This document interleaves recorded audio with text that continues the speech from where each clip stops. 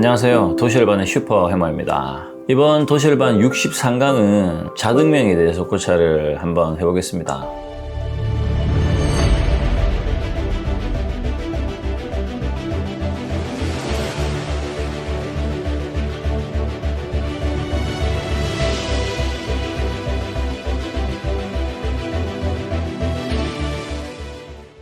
도시열반 62강에서 우리는 각자 우리의 운명을 알아야 되고 나의 운명이 무엇인지를 찾아야 된다. 이 내면에 집중을 하고 성찰을 하면서 나 스스로 운명을 찾아서 이 운명을 개척하고 살아나가야 된다라는 이제 부분으로 고찰을 좀 해봤죠.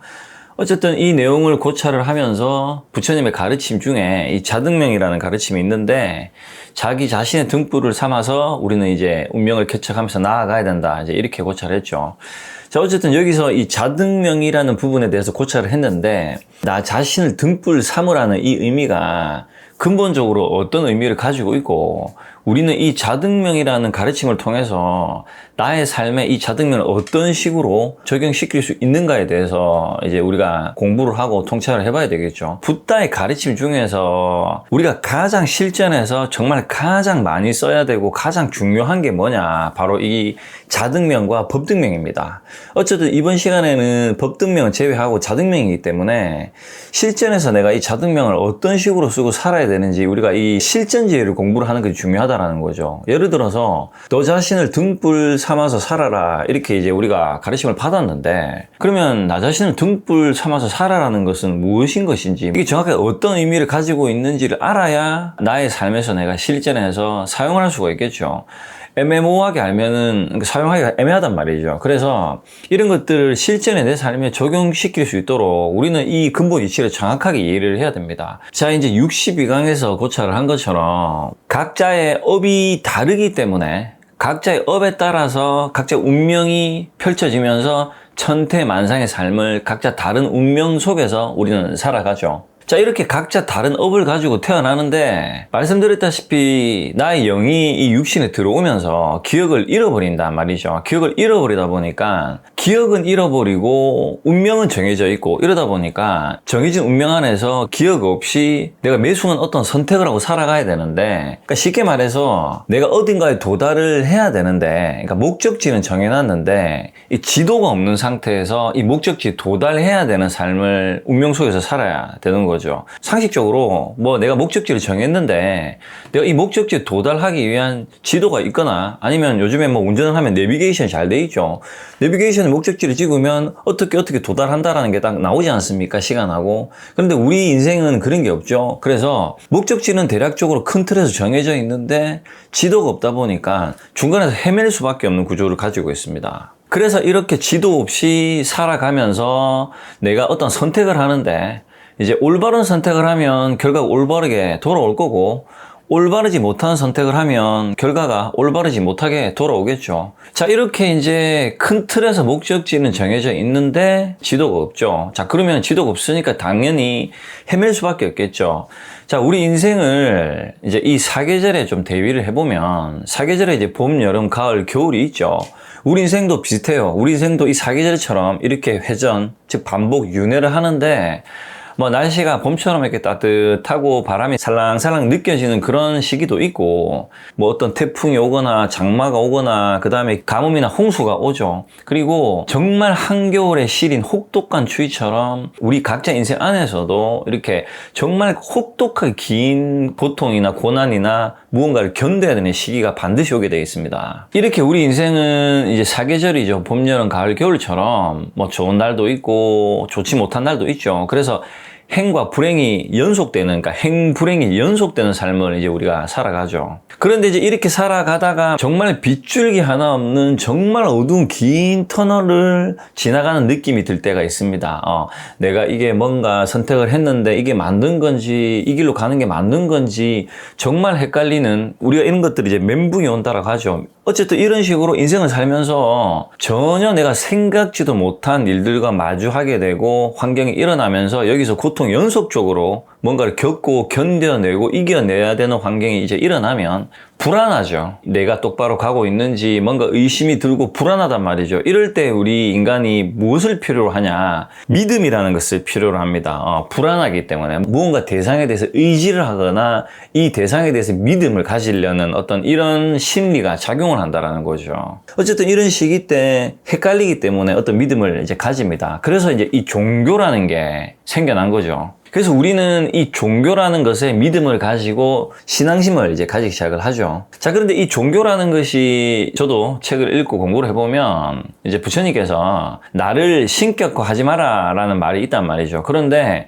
우리 인간이 이 붓다가 열반에 들어오고 나서 그 이후로부터 이 종교를 체계화시킨다라는 거죠. 그러면서 붓다의 가르침과는 조금 멀어지는, 붓다를 신격화한다든지 이런 구조로 뭔가를 믿고 맹신하고 의지하는 구조로 이 변질이 되는 구조를 갖고 있다는 겁니다. 그러면 이 변질되는 구조를 누가 하냐? 우리 인간이 어떤 체계와 틀을 만들고 그 다음에 시간이 흐르면서 이 얘기들을 신격화시키고 신화적으로 말을 이렇게 옮기면서 이 말들이 변질이 돼버린다는 거죠. 그래서 부처님의 가르침이 일정 기간의 시간이 지나면 지날수록 어떻게 되냐, 변질되면서 그 가르침이 조금씩 와전되고 이게 산으로 가는 경향이 좀 있게 되는 거죠. 이 이유는 우리 인간이 어떤 말들을 들어서 전달한 이 구조 안에서 변질이 되기도 하고, 그리고 우리 인간은 조직화하고 체계화하고 어떤 것을 틀에 가둬버리는 기질이 있기 때문에 이러면서 종교적인 부분이 많이 변질이 되는 구조를 가지고 있습니다.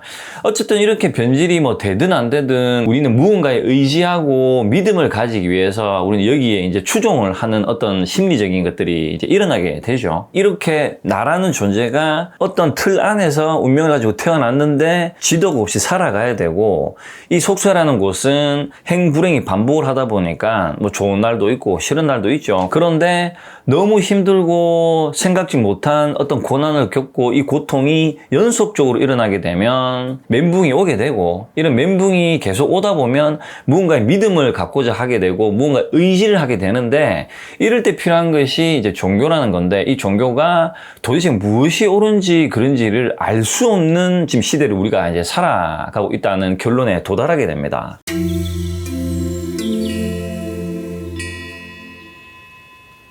자, 이 영상을 이제 보시는 분들께서 유튜브나 어떤 검색 엔진에서 본인이 궁금해하는 부분이나 어떤 본인이 원하는 키워드로 검색을 한번 해보십시오. 예를 들어서 뭐 돈이면 돈, 뭐 투자, 뭐 또는 종교, 철학 이런 것들을 검색을 하면, 특히 유튜브 같은 경우에는 이 검색을 하면 컨텐츠가 이렇게 쫙 나오죠. 수도 없이 나옵니다. 막 수백, 수천 가지가 나오죠. 특히나 이 종교적인 부분들 검색하면 쫙 나옵니다. 막 불교, 기독교 이렇게 나오는데, 어떤 분야를 막론하고 키워드 검색을 해서 이 정보들을 쫙 조합을 해보면 정말로 혼란스럽고 헷갈립니다.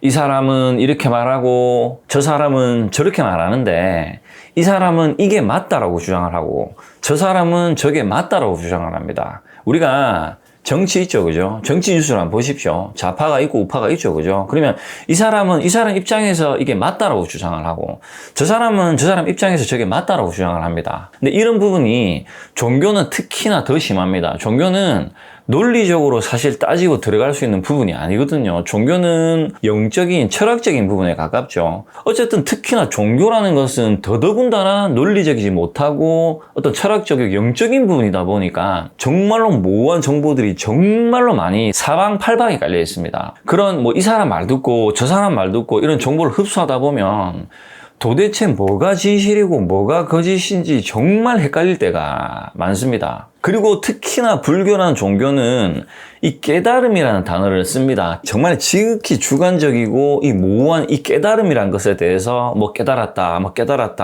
이렇게 표현을 한단 말이죠. 그러면 이 사람이 뭐 실제로 깨달았는지, 뭐 깨달았다면 어디까지 깨달았는지, 무엇을 뭐 어떻게 깨달았는지를 검증을 하지 못한단 말이죠. 그런데 이 사람의 말에 내가 주관이 없게 되면 어떻게 되냐, 현혹된단 말입니다, 이게. 왜냐? 내가 무언가를 믿고 싶고, 무언가를 의지하고 싶은 이 집착하는 마음이 있게 되면, 이 집착하는 마음이 이 동조가 됩니다. 그러면서 내가 이게 말려버리는 거예요. 예를 들어서 우리가 이제 뭐 주식 투자, 코인 투자 이런 거 있죠. 주식 리딩방. 우리가 지금도 사실 이런 주식 리딩방이라든지 이런 투자 관련된 부분에 사기꾼들 정말 많거든요. 내가 이런 생각을 조금이라도 일으킬 때, 자, 내가 돈을 좀 가지고 있는데, 돈을 좀 이렇게 수익을 내고 싶다. 이제 이런 집착을 갖고 있으면 반드시 인연법으로 이런 사람들과 연결이 되게 되어 있습니다. 그러면 이런 사람들은 이 상대가 원하는 게 무엇인지를 정확하게 알고 있거든요. 이 사기꾼은 상대의 심리를 정말로 잘 이용하는 능력들을 가지고 있습니다. 그러다 보니까 내가 이런 부분에 어떤 의지를 하고자 하거나 잘못된 믿음을 갖고 있으면 반드시 인연이 되어가지고 거기에 내가 이렇게 홀려버리는 현상이 일어난다라는 거죠. 이 부분이 종교도 동일하다라는 겁니다. 그래서 이 종교에 사이비라는 단어가 있죠. 뭐 사이비들이 뭐 이렇게 해야 된다, 저렇게 해야 된다를 완강하게 표현을 한단 말이죠. 완강하게. 그러면 의지가 약하거나 믿음이 약한 사람들은 이 완강한 말에 내가 끌려가게 돼 있다라는 거죠. 왜냐?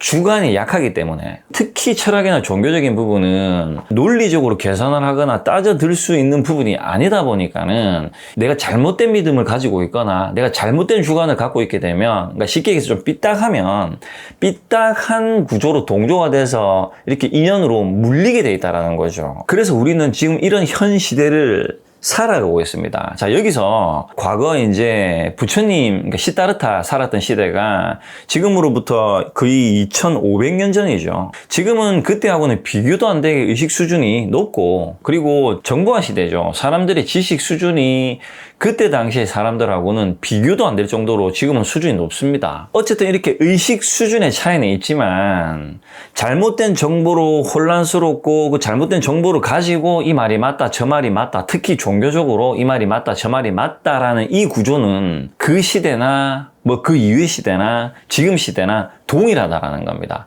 지식 수준의 차이만 있을 뿐이죠. 그래서 제가 말씀을 드렸죠. 유튜브에서 종교적으로 검색을 해보면 뭐 붓다가 이랬다 저랬다, 하나님이 이랬다 저랬다, 뭐 깨달으면 이런 거다 저런 거다 이라는 자기만의 식을 들고 자기만의 식을 어마어마하게 펼쳐진 시대를 우리는 살고 있죠. 그리고 그 과거의 시기보다 훨씬 더 그런 정보들을 빠르게 흡수할 수 있는 우리는 살아가고 있습니다. 그 시대 때는 그런 얘기를 들으려면 직접 사람을 만나야 되고 찾아가서 대화를 해야 되지만 지금 어떻습니까? 인터넷에만 연결되어 있으면 검색만 하면 바로 나오죠. 그죠? 정보를 엄청나게 빠르게 흡수할 수 있는 시대라는 겁니다. 자, 그러면 이런 게 마냥 좋은 거냐? 그렇지가 못하겠죠. 자, 일장일단이죠. 양날의 검인 것처럼 잘못된 정보도 엄청나게 빠르게 흡수할 수 있고 올바른 정보도 빠르게 흡수를 할 수가 있겠죠. 그러면 이게 올바른 건지 아닌 건지에 대해서 판단력이나 분별력이 떨어지면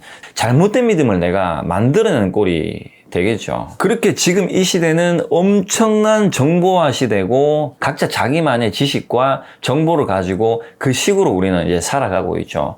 그리고 우리 인간은 어떤 특징이 있냐면 내가 좋아하거나 내가 듣고 싶어 하거나 내가 보고 싶어 하는 정보에 솔깃하고 집중을 하는 경향이 있습니다. 다시 말해서 내가 듣고 싶은 대로 내가 보고 싶은 대로 해석을 해버리는 경향이 있다는 거죠. 이게 심하면 심할수록 모순적인 인간이 되어버립니다. 자, 그러면 이렇게 엄청나게 자기만의 식과 정보와 지식을 가지고 이렇게 다 뒤섞여서 살아가고 있죠. 그죠? 자, 그러면 이런 시대를 살아갈 적에 저도 이제 100세 시대로 봤을 때 이제 반 정도로 살았는데 저도 이제 이 인생을 살아보니까 정말로 이제 이 세상에는 사기꾼도 많고 도둑놈들도 많거든요. 그러면 내가 조금만 흐트러지거나 조금만 약하거나 내공이 약하면 반드시 이 사람들한테 당하는 구조를 가지고 있습니다.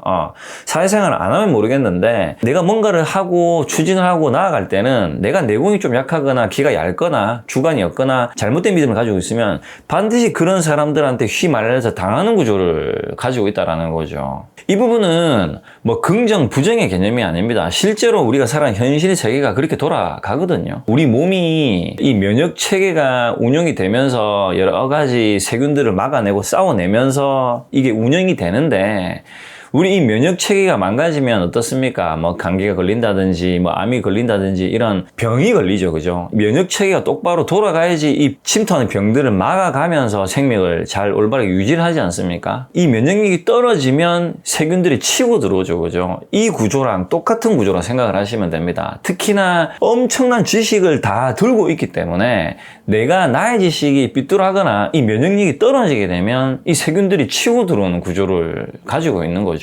그래서 과거 인도의 어떤 붓다의 시대나 그 이후의 시대나 지금 시대나 의식 수준이 높아지고 지식이 월등히 높아진 것 외에는 이런 환경들은 동일하다. 모든 인간은 자기만 식을 들고 살아가고 특히나 이런 식이 철학이나 종교적으로는 논리적으로 따질 수 있는 부분이 아니기 때문에 더 모호하고 애매한 부분들이 많다라는 거죠. 자, 그러면 우리가 이런 시대를 살아가야 되는데 무엇이 진실인지 정말 무엇이 거짓인지도 모르겠고 헷갈린단 말이죠. 저도 이제 뉴스 이렇게 정치 뉴스 보면 뭐 저 사람 말이 맞는지 어디까지가 거짓인지 솔직히 잘 모르겠거든요, 솔직히. 그래서 그 잘잘못을 따지려고 뭐 법적으로 뭐 공방을 하고 서로 싸우고 하지 않습니까? 그러니까 이렇게 우리가 살아가는 세계가 도대체 무엇을 믿고 도대체 무엇에 의지해야 될지를 모르는 환경들이 정말 많이 일어납니다. 그래서 여기서 부처님의 가르침에 자등명이 적용이 돼야 되고 이것이 정말 중요한 부분이라는 거죠. 일단 대략적인 기본적인 얘기를 던졌습니다. 제가 이 영상을 보시는 분들께. 저는 이 자등명을 누구보다 잘 알고 있고 마음으로 완전히 받아들인 상태고 이 자등명을 지금도 실천을 하고 살아갑니다. 그런데 저는 이 자등명이라는 개념을 경에서 읽어서 아, 자등명이 이런 거구나. 내가 이것을 내 삶에 뭐 적용시켜야지. 이렇게 해서 실천을 했던 게 아닙니다.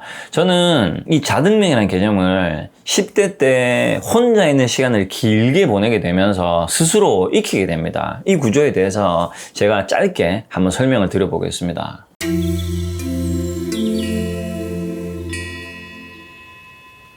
요즘에 유튜브 보면 사회적 문제인데 은둔형 외톨이라는 단어가 생겼죠. 밖에 안 나가고 사람도 안 만나고 사회생활도 안 하고 뭐 예를 들어서 일자리도 안 구하고 집에서 음식만 시켜 먹다가 혼자 뭐 돌연사하는 이런 어떤 구조들이 많이 생겨나면서 사회적 문제가 되고 있죠. 이런 것들을 이제 은둔형, 그러니까 말 그대로 고립되어서 외톨이처럼 혼자 지내는 사람들을 뜻하죠. 저도 10대 때 그런 생활을 몇 년 정도 했었습니다. 저는 은둔형 외톨이 생활을 언제부터 시작을 했냐면 고등학교 입학을 하고 저는 고등학교를 이제 자퇴를 하게 됩니다. 자퇴를 하게 되는데 그 시기에는 제가 살고자 하는 의욕이 없었습니다. 나이도 어리고 그 다음에 나약하기도 했겠지만 10대니까 아버지 어머니한테 상처를 좀 많이 받아서 어른들에 대한 불신이 정말 많았습니다. 그리고 내가 이런 환경에서 무엇 때문에 살아가야 되는지 왜 살아가야 되는지 이유를 전혀 몰랐습니다. 그냥 맹목적으로 학교 가야 되고 뭐 학원 가야 되고 저는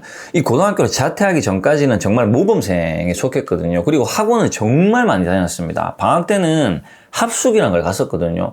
어디 어떤 섬마을 이런 데 가가지고 하루 종일 밖에서 공부만 했습니다. 정말 기계처럼 살았죠. 부모님이 시키니까 해야 되는.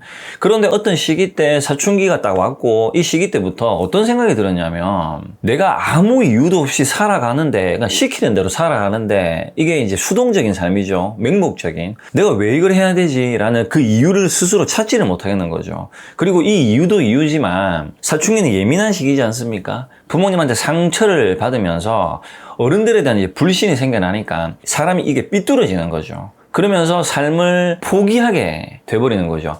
인간은 내 삶을 포기해버리고 목적이 상실되면 방황을 하게 돼 있고 망가지게 되겠습니다. 모든 인간은 그렇게 망가지게 돼 있다는 거죠. 저도 그렇게 이제 제 인생을 망가뜨렸죠. 매일같이 이제 가출을 하고, 뭐 싸움을 하고, 뭐 여러 가지 몸을 망치는 행위들을 이제 계속했습니다. 왜냐? 뭐 크게 살고 싶은 생각이 별로 없었거든요. 어쨌든 이렇게 지내다가 갑자기 한순간에 모든 친구들을 제가 끊어내버리게 됩니다. 그냥 갑자기 친구들이 싫어지더라고요. 그래서 모든 친구들이 연락을 다 끊어버리고 그 이후로 집에 박혀가지고 나가지도 않고 집 안에서만 제가 이제 생활을 이제 하게 됩니다. 제가 10대 때는 지금처럼 이렇게 인터넷이라는 게 없었어요. 개인 PC라는 것도 없었었고, 그리고 지금처럼 뭐 이렇게 OTT라든지 뭐 이런 구조 자체가 없었어요. 그러니까 집에 있으면 할 게 없어요. 할 게. 정말로 할 게 아무것도 없습니다. 처음에는 계속 잠만 잡니다. 할 게 없으니까 계속 자고 일어나고 자고 일어나고 이 생활을 이제 반복을 하죠. 그런데 계속 자고 일어나고 이렇게 생활하면 나중에는 잠이 안 옵니다. 잠도 안 오고 뭐 입맛도 없고 뭐 지금 밤인지 낮인지 이 개념도 사라집니다. 사람이 미칩니다.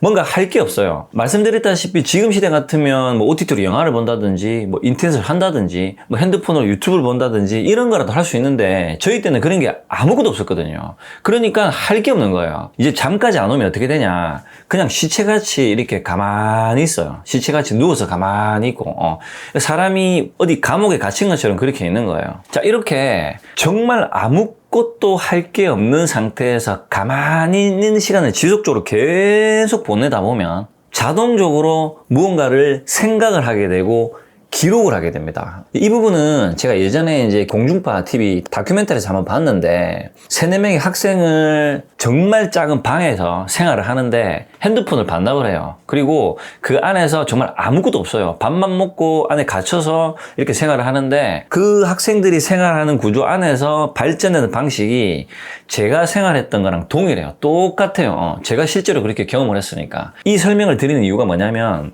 저만 그런 게 아니라 모든 인간은 그게 가능하다라는 거죠. 제가 특별해서 저만 그런 게 아니다라는 것을 설명드리기 위함입니다. 어쨌든 그렇게 이제 기록을 하게 됩니다. 뭔가를 생각을 자꾸 하게 돼요. 왜냐? 아무것도 할 게 없고 가만히 있으면 인간은 생각을 자동적으로 하게 되어 있습니다. 자, 그러면 생각을 하죠. 그죠? 그러면 오만 잡다한 생각을 일으킵니다. 일단 첫 번째로. 오만 잡다한 생각을 일으키는데 이 잡다한 생각 안에서 나라는 존재에 대한 생각을 지속적으로 계속 반복적으로 일으키기 시작합니다. 철학적으로 나 자신을 사유를 하기 시작을 합니다. 그리고 이렇게 사유를 하기 시작을 하면 우리 인간의 이 생각이라는 것은 발전이라는 걸 하거든요. 처음에 이런 생각을 하면 이 생각에서 확장을 하고 이렇게 해서 생각이라는 것이 확장을 합니다. 철학적으로 계속 발전을 한다라는 거죠. 그리고 이렇게 철학적으로 생각이 발전을 하면 반드시 기록을 하게 돼 있습니다. 인간은 반드시 기록을 하고 무언가를 쓰게 돼 있다는 거죠. 그래서 저도 그 당시 때 정말 할 게 없으니까 생각을 계속하고 이 생각을 발전을 일으키면서 이제 기록을 하기 시작을 합니다. 우리가 이제 일기를 쓰죠. 근데 일기는 하루 한 번 작성을 하는 것을 일기라고 하는데 저는 일기 개념은 아니었어요. 하루에 뭐 2번, 3번, 4번 제가 쓰고 싶을 때 제 마음대로 썼어요. 지금 그 일기장을 꺼내서 보면 처음에는 욕을 막 적어놔요. 욕을. 그냥 욕을 막 적어놨어요. 유치합니다. 지금 읽어보면 정말 유치한데 그냥 그때 그 나이 때 그 생각들이 일어나는 것들을 막 이렇게 기록을 하죠. 근데 말씀드렸다시피 기록을 하고 생각을 하는데 일기를 지금 읽어보면 이 생각들이 계속적으로 발전합니다. 그리고 문장체도 발전을 하지만 내용도 점점 길어집니다. 점점 복잡하면서 길어져요. 그러면서 이 시기를 계속 반복적으로 겪으면서 어떻게 되냐, 나 자신과 대화를 하기 시작을 합니다. 혼자 있으니까 대화할 상대가 없지 않습니까? 그러면 어떻게 되냐, 사유를 계속하고 철학을 하는데 이 철학을 할 적에 나 자신과 대화를 시작을 하게 되는 거죠. 옆에서 누군가 보면 저거 약간 정신병 있나, 저거 미쳤나 이렇게 보일 수도 있겠죠. 그래서 그때 저 자신이랑 대화를 하던 그 습관이 지금까지 습관이 되어버려서 저는 지금도 저한테 혼자 대화를 하는데 이 대화를 어떤 식으로 하냐면 머릿속으로 그냥 상상만으로 이렇게 문장을 날리고 주고받는 게 아니라 실제적으로 입으로 말을 합니다. 예를 들어서 야, 니 저거 어떤데? 네가 봤을 땐 저거 어떤 것 같은데? 저거 할까? 저거 말아야 되나? 좀 애매한데? 이런 식으로 금방 말한 이 말을 크게 말하면 어떻습니까? 누가 보면 미친놈이라 그러겠죠, 실제로. 저거 정신병 걸렸나 하겠죠, 그죠? 그런데 정말 속삭이듯이 혼자 궁시렁거립니다. 혼자 이렇게 아주 좋은 것 같은데 어떡하지? 괜찮나? 뭐, 이렇게 혼자 궁시렁거립니다. 근데 이제 요즘에는 제가 이 궁시렁거릴 적에 요즘에는 블루투스 이어폰 있죠? 이어폰 끼고 통화 사람들 하죠, 그죠? 그러니까 통화하는 사람들 보면 혼자 서서 말한단 말이죠, 이게. 저는 일부러 통화를 하는 게 아니라 블루투스 이어폰을 꽂고 혼자 말해요. 그럼 사람들이 안 쳐다봅니다. 왜냐? 제가 통화하는 줄 알거든요. 그런데 통화를 하는 게 아니라 저 자신과 대화를 해요. 저는 이런 식으로 저 자신한테 어떤 질문들을 던집니다. 너는 어떻게 생각하냐? 너는 저거에 대해서 어떤 생각을 가지고 있냐? 너는 어떤 것 같아?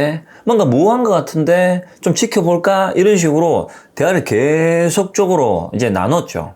자, 이렇게 대화를 하면서 생각의 발전을 시키고 기록을 한 이 세 가지를 반복을 합니다. 반복을 하면서 동시에 그 시기 때 제가 명상도 같이 합니다. 명상을 하면서 여러 가지 스스로를 치유를 하기 시작을 합니다. 지금은 제가 이제 공부를 했고 불교의 법을 만났고 내공이 있고 이치를 알기 때문에 다 해석이 되지만 그 당시 때는 뭐가 뭔지도 몰랐습니다. 명상을 왜 하는지. 지금은 솔직히 명상하는 구조, 방식 뭐 이런 거 다 알고 있죠. 이런 부분들에 대해서 뭐 유튜브 찾아보면 쫙 나오죠. 그죠? 근데 그때는 그런 게 없었단 말이죠.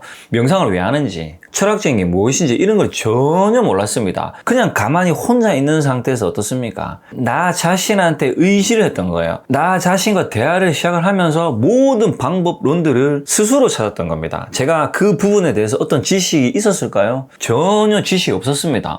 지금은 말씀드렸다시피 지식을 흡수를 했기 때문에 해석이 되죠. 내가 그 시기 때 이래서 이렇게 했구나라는 것이 해석이 되지만 그때는 지식이 없는 상태였기 때문에 해석이 안 됐죠. 그죠? 자, 제가 이번 영상 초반에 말씀드린 것처럼 지도가 없었단 말이죠. 이 길이 맞는지 안 맞는지 몰랐단 말이죠. 모르고 그냥 갔는데 이 길을 가면서 등불을 어디에 삼았습니까? 저 자신한테 삼았단 말이죠. 저 자신하고 대화를 하면서 그 자체를 등불을 삼으면서 길을 계속 스스로 찾아갔습니다.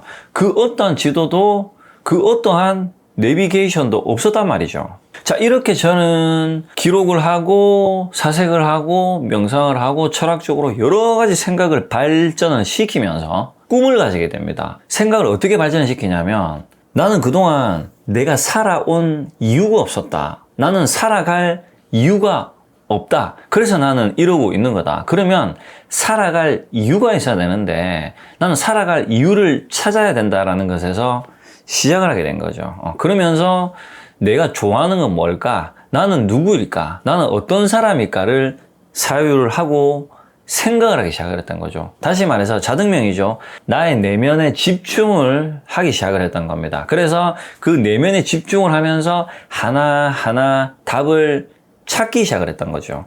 그러니까 답이라기보다는 정확하게 따지면 어떤 답에 도달하기 위해서 시행착오를 거쳤던 겁니다. 우리가 어떤 길을 갈 적에 이 길에 도달하기 위해서는 여러 개의 갈라지는 길과 그 갈라지는 그 길 안에서도 수십 개 갈래길을 거쳐서 가야 된단 말이죠. 그런데 둘러서 결국에는 그 목적지에 도달을 하는 이치를 가지고 있다는 겁니다. 그래서 저는 이 구조 안에서 제가 좋아하는 걸 찾고 살아가야 될 목적을 찾으면서 저 스스로 자가 치유가 되면서 검정을 쳐서 고등학교를 졸업하고 뭐 대학교를 가고 뭐 대학원을 가고 전공을 살려서 사회에 진출하게 됩니다. 지금 제가 생각을 해보면 제가 만약에 남들이랑 똑같이 맹목적으로 아무 생각 없이 고등학교를 졸업하고 아무 생각 없이 대학교를 갔다면 저는 그 이후의 인생이 오히려 더 크게 망가졌을 수도 있을 거라는 생각을 합니다. 그런데 저는 그 시기 때 저의 생각, 저의 내면에 집중을 했기 때문에 그 시기 때부터 저는 주관이라는 게 일어나기 시작을 했거든요. 이 주관이 그 시기 때부터 형성이 됐었더라는 거죠. 그렇게 형성이 되고 거쳐서 결국 제가 40이 넘어서 불법, 즉 진리를 마주하게 된 겁니다. 저는 불법 진리를 만나기 위해서 그 과정을 시행착오로 거쳤던 거죠. 이 과정을 나의 영이 내면에 집중을 하면 할수록 등불이 되어서 나를 지도 없이 여기까지 끌고 왔던 겁니다. 그 어떠한 지식도 없이 나의 영이 여기까지 인도를 해줬다라는 거죠. 그래서 이때 시작했던 이런 대화라든지 철학적 사유들이 계속적으로 이제 발전을 하죠. 그죠? 가속도가 붙습니다. 가속도가 붙으면서 직관과 직감을 계속적으로 저는 쓰기 시작합니다. 그러면서 직관과 직감이 발전을 하기 시작합니다. 발전을 하는데 우리가 이 몸에 근육이 있죠. 그죠? 근육. 이 근육도 많이 쓰면 쓸수록 근육이 발전을 합니다. 그리고 머슬 메모리라는 말이 있습니다. 이게 무슨 말이냐면 근육을 트레이닝하게 되면 근육이 예를 들어서 이두가 이만큼 나오면 이 이두가 운동을 한동안 안 하죠. 그죠? 그럼 이 이두가 죽는단 말이죠. 그런데 다시 내가 운동을 하기 시작하면 머슬 메모리, 그러니까 근육이 기억을 해서 이 근육까지는 금방 일반인보다 훨씬 더 빠른 속도로 이 근육을 만들어낼 수 있다는 거죠. 이것을 머슬 메모리라고 하거든요. 우리 인간이 가지고 있는 모든 감각기관은 연습을 할수록, 연마를 할수록 계속적으로 발전을 하고 발달을 합니다. 그런데 이 직관과 직감도 동일합니다. 직관과 직감도 계속적으로 연습을 하면 엄청나게 예민하게 발달하게 되면서 내가 이것을 해야 되는지 말아야 되는지, 내가 저 환경을 피해야 되는지 말아야 되는지, 이런 것들을 엄청 빠른 속도로 영적으로, 직관적으로, 직감적으로 판단하는 능력이 엄청나게 빨라진다는 거죠. 이 직감은 말 그대로 본능적으로 발휘되기 때문에 말로서 설명을 할 수 있는 영역이 아닙니다. 그래서 그 시기 때, 10대 때, 시기 때 저 자신한테 던졌던 질문들이 그때는 직관과 직감이 발달을 안 했고 느렸기 때문에 어떤 질문을 던지면 답이 되게 늦게 나왔습니다. 정말 늦게 돌아왔거든요. 그런데 가속도가 점점 붙으면서 지금은 제가 어떠한 환경에서 선택을 해야 되죠. 그죠? 직감과 직감이 순간적으로 탁 질문을 던지면 바로 탁 하고 날라온다라는 거죠. 순간적으로 탁 하고 날라옵니다. 그래서 지금은 제가 저 스스로 발목 잡힐 일, 무지한 행위를 많이 안 하게 되죠. 왜냐? 우리가 무지한 행위나 내 발목 잡힐 일, 뭐 어떤 사기꾼한테 사기를 당하거나 이런 행위를 하게 되면 어떻습니까? 고통을 받죠. 그죠? 이럴 때 직관과 직감이 발달되어 있는 사람은 민첩하게 이렇게 피해갈 수 있다는 거죠. 굳이 이것을 피해가지 못하고 얻어 걸려가지고 두들겨 맞아가지고 안 그래도 사는 게 힘든데 고통을 2중, 3중 받을 필요는 없지 않겠습니까? 그래서 그런 정말 빗줄기 하나 없는 긴 어둠의 터널이죠. 그 당시 때는 제가. 그리고 정말 주위에 사람 하나 없고 방구석에 매일같이 처박혀 있던 정말 그 암울한 그 시기 때 정말 그 누구 하나 믿을 사람이 없는 상태 때 그때 사실 믿을 사람이 저 자신밖에 없었거든요. 그게 그 믿음이 커지면서 지금은 저 스스로를 정말 온전한 믿음을 저 스스로 저는 가지고 있다는 거죠. 저는 누구한테 의지하지 않습니다. 그래서 제가 판단을 하고 제가 선택을 하고 제가 결정을 짓죠. 그래서 그 결정에 따른 결과가 돌아오면 받아들입니다. 좀 삽질을 한다. 근데 삽질에서 결과가 돌아온다. 그럼 반성을 하고 성찰하고 받아들인다라는 거죠. 그래서 저는 모든 환경에서 내가 생각을 일으키고 선택을 하고 결정을 짓습니다. 그 어떠한 사람 말도 듣지 않습니다. 자, 여기서 중요하게 아셔야 됩니다. 남들 말을 듣지 않는다라는 게 아니라 남들 말에 나의 주관이 흔들리지 않는다라는 겁니다. 독고다이처럼 남들 말 다 무시하고 아니다, 뭐 난 내 길을 가겠다, 이게 아니라 들을 건 듣되 그 말에 내가 너무 현혹되지 않고 나의 주관이 너무 이 말에 미혹되지 않는다라는 거죠. 자, 이제 이번 시간 자등명이죠. 제가 이제 자등명을 가져야 될 이유를 초반에 좀 설명을 드렸죠. 이 사회가 정말 다양한 자기만 식을 들고 있고 나의 주관이 올바르지 못하면 언제든지 내가 매이게 돼 있다. 그리고 각자의 업으로 각자의 운명을 살아가야 되기 때문에 나의 주관이 뚜렷해야 된다. 어쨌든 요 얘기하고 그 다음에 두 번째로 제가 자등명을 어떤 식으로 스스로 알게 되었는지 그 과정을 설명을 드렸죠. 자, 이제 이 두 가지를 합쳐서 결론적으로 고찰해 보겠습니다.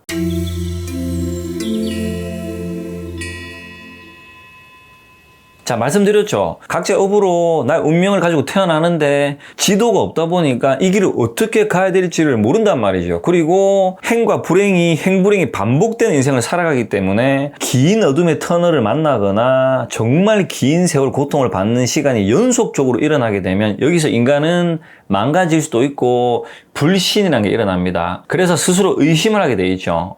이런 시기 때 그 질문을 나 자신한테 던지면서 내면에 집중을 하게 되면 나의 영이 작동을 합니다. 나의 직관과 직감으로 모든 환경을 이 영이 주도적으로 나의 삶을 주체적으로 갈 수 있는 방향으로 인도를 해준다라는 거죠. 이것이 자등명입니다. 나의 영이 등불이 되어서 나를 인도해준다. 내가 설정한 나의 운명을 내가 개척하고 똑바로 살아갈 수 있도록 내면에 집중을 하면 할수록 계속적으로 올바른 방향으로 끌어준다라는 거죠. 그리고 직관과 직감이 발달하면서 수십 개의 갈래길에서 어디로 갈지를 이 영이 인도를 해준다라는 겁니다. 그래서 나의 영을 느끼는 이 감각을 직감이라고 합니다. 직감. 직관과 직감은 제6의 감각이라고 얘기를 하죠. 그죠? 그래서 이 영적인 감각은 지식으로 판단을 하는 게 아닙니다. 영적으로 말 그대로 본능적으로 이렇게 어떤 걸 해석해내는 능력을 뜻하거든요. 그리고 이 영은 이제 우리가 기독교에서는 신성이라고 하고 불교에서는 불성이라고 하죠. 그죠? 이 영은 신성과 불성이 탑재되어 있습니다. 그러다 보니까 연결이 되어 있다라는 거죠. 그래서 내가 내면에 집중을 하면 이 영이 신성과 불성이 연결되어 있는 이 영이 나를 등불이 되어서 내가 어디로 가야 될지를 정확하게 찾아주고 인도를 해준다라는 겁니다. 그래서 나의 깨달음은 나의 환경 속에서 이루어지고 나의 인연 속에서 이루어지고 나의 내면에 집중할 때 이루어진다. 이것을 정확하게 아셔야 된다는 거죠. 나의 깨달음은 타인에게 존재를 하지 않는다라는 겁니다. 고대 인도 사회에서 부처님은 스스로 깨달음을 얻었고 그 어디도 의지하지 않았고 그리고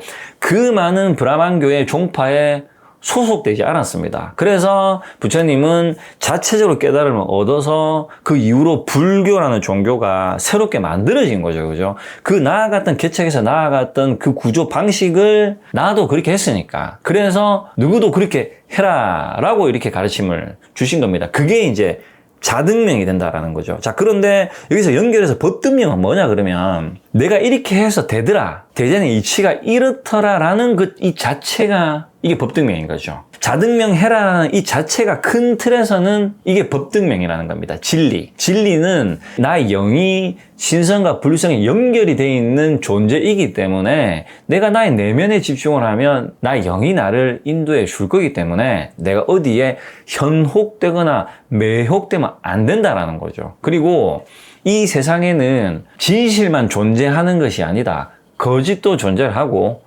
도둑놈도 존재하고 사기꾼도 존재한다. 별의별 사람들이 천태만상으로 자기의 식을 들고 살아간다라는 거죠. 그러면 저 말 들으면 저 말이 맞는 것 같기도 하고 뭐 이 말 들으면 이 말이 맞는 것 같기도 한다라는 거죠. 주관이 없으면 여기 갔다가 저기 갔다가 시간 허비해서 인생 다 끝나고 산으로 가버려서 내 인생을 내가 주체적으로 살아갈 수 없다라는 겁니다. 그래서 자등명, 주체적인 삶이란 무엇인가, 자유란 무엇인가, 내가 나의 내면에 집중을 해서 나의 영이 온전하게 그것을 느끼고 내가 어떤 부분에 대해서 나 스스로를 믿고 치고 나아가면서 어떤 것을 선택하고 결정을 하고 이 결정을 한 것들이 결과로 돌아왔을 때 잘못 판단한 것들은 내가 온전히 받아들여서 각성해서 고치고 올바른 것들은 올바르기 때문에 어떻습니까? 믿음이 더 커지겠죠. 그죠? 이런 식으로 반복을 해서 나아가는 것. 온전히 내가 그 어디에도 의지하지 않고 나의 내면에 집중을 해서 이 영 그 자체로 순수하게 나아가는 것. 그래서 어디에도 의지하지 않고 나의 영이 주체적으로 나아가는 삶. 이것을 천상천하 여독존. 내가 나의 삶에 내가 주체가 되어서 나의 운명을 내가 개척해서 살아가는 것을 의미하는 겁니다. 능동적인 삶. 저도 10대 때 말씀드렸죠. 살아가야 될 이유가 없었고 내가 왜 살아가야 되는지 모르고 그 상태에서 어른들한테 상처를 받으니까 어떻습니까? 망가져버리는 거죠. 내가 살아가고 싶지가 않았던 거예요. 1차적으로는 살아가고자 하는 목적을 찾았죠. 내가 왜 살아가야 되는지 나의 내면에 집중을 했다라는 거죠. 그 시기를 겪으면서 엄청나게 남들 얘기에 현혹되는 환경들이 많이 일어났단 말이죠. 예를 들어서 아이고 뭐 고등학교도 자퇴해가지고 속된 말에 빙신 같은 게 검정고 치가 니 뭐 될래? 이런 말을 들었단 말이죠. 그죠? 그런 말을 들으면서도 꿋꿋하게 나 스스로 믿음을 저버리지 않고 한 단계 나아가면서 삶이 계속적으로 진화했었습니다. 제가 이 부분은 확실하게 말씀을 드릴 수가 있어요. 왜냐? 저는 이 내용을 책에서 읽은 게 아닙니다. 제가 실질적으로 겪었던 내용이거든요. 그래서 이 자등명의 근본적인 원리를 이제 정확하게 딱 잘라서 결론을 내보자면 나 스스로의 등불을 삼고 어디에도 매이지 않고 내가 주체가 되어서 나의 운명을 내가 받아들이고 이 운명을 개척하고 나아가면서 이 속에서 이 환경 안에서 나의 환경 안에서 이 인연 속에서 나의 깨달음을 얻으면서 개척하고 나아가는 겁니다. 나의 깨달음은 그 어디에도 존재하지 않는다. 나의 깨달음은 나의 환경 속, 나의 인연 속에 이 개척을 통해서 존재를 하는 구조를 가지고 있다. 이것이 부처님의 가르침인 자등명의 근본적 원리가 된다는 겁니다. 그래서 부처님 또한 스스로 운명에 대한 영적 깨달음을 본인 스스로 개척을 함으로써 열반에 도달한 것이지 그 깨달음은 타인에 속하지 않았다라는 거죠. 하지만 부처님도 브라만교라든지 여러 가지 그 시대 때 있었던 종교를 흡수를 하고 공부는 다 했다라는 겁니다. 무시를 한 게 아니라 이 세상에는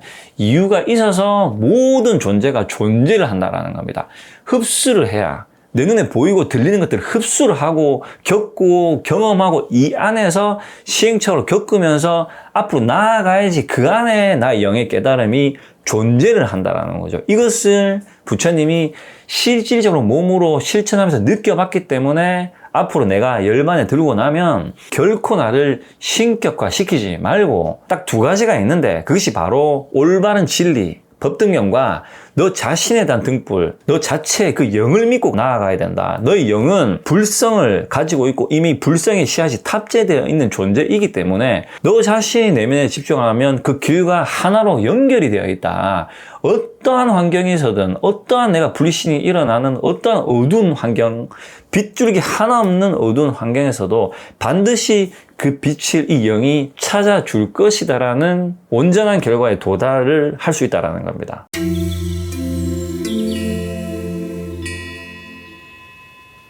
지금 이제 개인주의가 정말 만연한 시대죠. 특히 20대, 30대 같은 경우에는 은둔형 외톨이, 사회생활을 안 하고 고립되는 사람들이 많죠. 그래서 은둔형 외톨이가 되면서 그 안에서 또 정말 혼자 살다가 이렇게 목숨을 끊는 경우도 있는 안타까운 사연들이 제가 뉴스를 보면 많이 나오고 있습니다.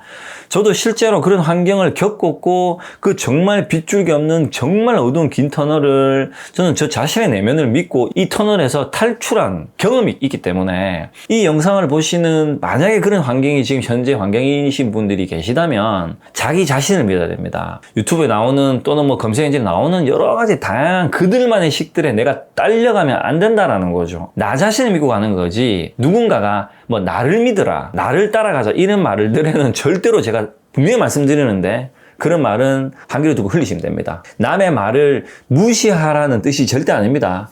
흡수를 하되 당신은 이런 생각이네, 당신은 이런 생각이네, 무시를 하면 안 됩니다. 저 사람은 저래서 저렇게 살아가네, 이 사람은 이렇게 살아가는데 그러면 나는 어떻게 할 것인가가 올라와야 된다라는 거죠. 니는 이렇게 살고 그래 니는 이렇게 산다. 근데 나는 그러면 어떻게 할 것인가. 왜냐, 나의 운명은 나의 영이 깨달음을 얻으면서 개척해 나아가야 되니까. 서로 다르니까. 무엇이 업이. 그렇기 때문에 나의 업은 나의 영이 나의 환경에서 개척해 나아간다라는 것을 명심해야 된다라는 거죠. 그래서 어떤 환경에 처해져 있든 나 자신을 믿고 내면과 대화를 계속적으로 하면 반드시 그 안에는 어떤 답에 도달할 수 있는 길이 빛을 비추어 준다라는 겁니다. 그런데 이제 이런 시간을 안 가지고 내 앉아가 유튜브 이렇게 쇼츠 보고 있고 시간을 그냥 허투루 보내버리면 절대로 이 환경은 못 벗어납니다. 조심하셔야 된다라는 거죠. 아무 생각 없이 시간을 축 내버리는 컨텐츠가 지금은 정말 많죠. 그죠? 저 때는 별로 없었단 말이죠. 그래서 답답해서 미쳐 죽을 것 같아서 글을 쓰고 명상을 하고 사색을 했지만 저도 만약에 지금 시대 같으면 저도 아마 앉아서 계속 영화를 볼 것 같아요. 물론 모르겠습니다.